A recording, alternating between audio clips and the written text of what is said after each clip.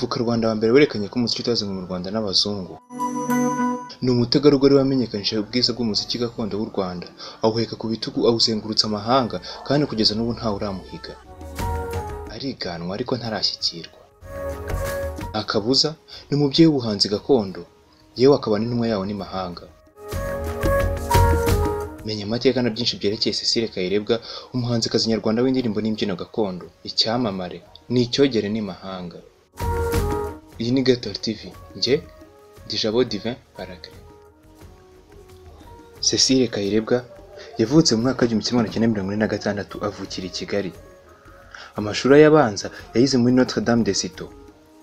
Amashuri yisumbuye yayize muri École Sociale Karubanda i Butare, ubu ni Notre Dame de la Providence de Karubanda.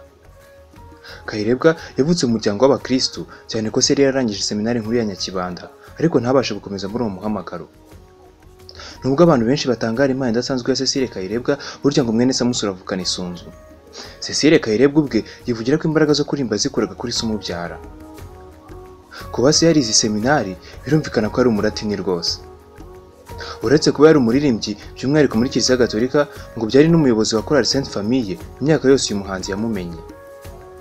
Uretse kuba kandi repetition nyinshi, aha ndavuga imyitozo yaraberaga iwabo mu rugo, no mu rugo iwabo ngo ku mugoroba se baririmbishaga bagatarama, dore ko nta televiziyo bagiraga, yewe na radio zari nke. Wari umwanya mwiza w'ababyeyi rero gucira abana imigani bakabaririmbisha n'ibindi byanezezaga abana muri icyo gihe. Ibyo byose nibyo byatumye hashibuka imana idasanzwe benshi twamenye, ikagurumanira muri Cecile Kayirebwa, akayitembereza n'imahanga. Abayimenye bakayishima, yewe n'abayiteze amatwi bakayikunda. Kuva kera kugera n'ubu, ubu muhanzi tukaba tumwirahira icyogere, icyamamare, ni umurinzi w'umuco nyarwanda. Kayirebwa nubwo yatangiye kurimba akiri muto mu mashuri abanza, wimvuga yakurikiza se, cyane ko ari we yahoraga abona, bityo bikamuha imbaraga. Nk'abandi bana amaze gukura atangiye gufungukira indi mico, yewe atangira no kumenya amwe mu baririmbyi bari icyo gihe nka Mariam Makeba, dore ko aribo bari bagezweho. Yagiraga nike yandikagamo indirimbo zabo, yewe na zimwe akazifata mu mutwe. Ubundi agakunda imbyino gakondo, dore ko no mu mashuri bazitozwaga, yewe n'iwabo bikabuko.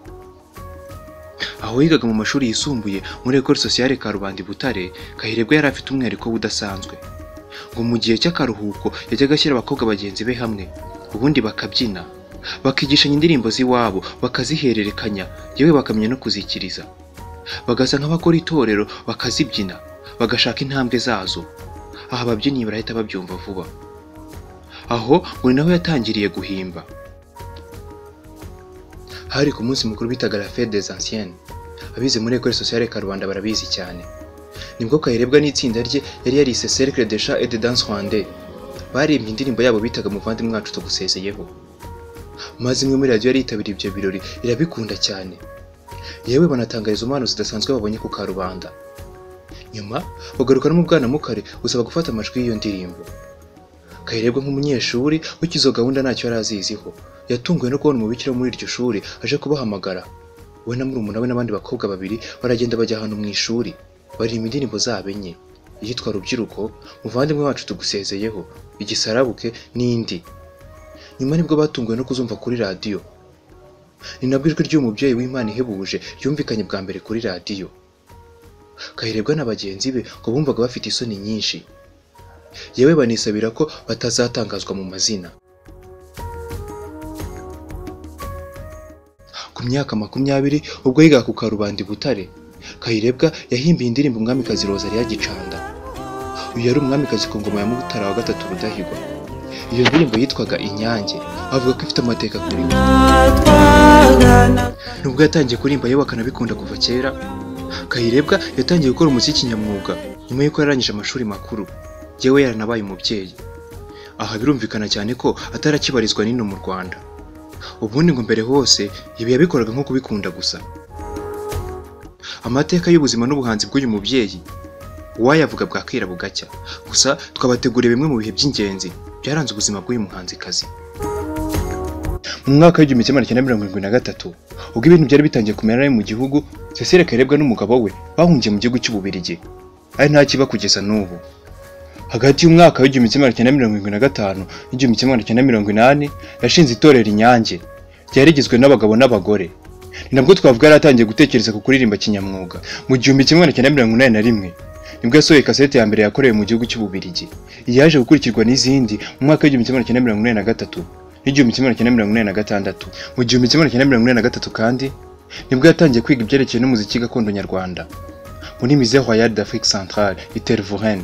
Maze mu mwaka wa 1984 atangiye gukorana na groupe Bula Sangoma. Mu 1986 Kayirebwa yakinnye muri filime Umulisa. Mu 1987 Kayirebwa yazengurutse u Rwanda n'Ubugande ari kumwe na orchestre Ingeri. Yitabira n'ibirori byo kwibuka umwami Mutara wa III Rudahigwa byari byateguwe n'abanyarwanda babaga mu Busuwisi. Mu 1988 Kayirebwa yarababaye cyane nyuma y'uko yamenye ko nyina yararwaye cyane, agafata umwanzuro wo kugaruka mu Rwanda. Nyamara gutinzwa mu nzira byatumye asanga umubyeyi yamaze kwitahira. Imana muhiruko ridashira. Mu 1990 yasohoye kasete ye ya kane yise Ubumanzi. Iyi yarakunzwe bitangaje. Aza no kwikorera tournée y'amezi 4 anakora ibitaramo byo gufasha imfubyi n'abarwayi ba sida. Mu 1994 nibwo yasohoye album ye yise Rwanda mu nzu yitwa Globe Style. Yari nakuyemo zimwe mu ndirimbo za kasete zabanje. Nubwo yakoze iki gikorwa kitoroshye mu 1994, Kayirebwa yababajwe cyane n'ubwicanyi bwabaye mu Rwanda. Yewe yanatakajemo benshi mu bo yarazi. Kuri iyi album yaririmbaga ubwiza bw'u Rwanda nk'igihugu abana bacyo bagomba kwitangira no kubonamo amahoro. Kuri iyi album hariho indirimbo nka Rwanamiza, Tarihinda, Kana, Inkindi, Urusamaza, Rubyiruko, Umulisa, Cyusa, Ndare na Umunezero. Mu 1998 yitabiriye Fespad ya mbere yabereye i Kigali. Mu 1999 yitabiriye Robben Island Event yabereye Cape Town muri Afrika y'Epfo. Muri 2001 yitabiriye Holocaust Memorial Event i London anasohora Rwanda Rugari. Muri 2002 yasohoye album ye ya kabiri yise Amahoro, ahita anakora tournée muri Amerika ya Ruguru. Muri 2005 yasohoye CD yise Ibihozo. Muri 2006 yaririmbye soundtrack ya film Shooting Dogs, umuziki wahimbwe na Dario Marianelli. Kayirebwa yahishuye ko indirimbo ze akunda ari 3, harimo Inyange, Marebe na Rwanda. Iyi ndirimbo Marebe Kayirebwa avuga ko yaririmbye ayikuye ku muvugo w'umuhanzi Rugamba Sipiriyani.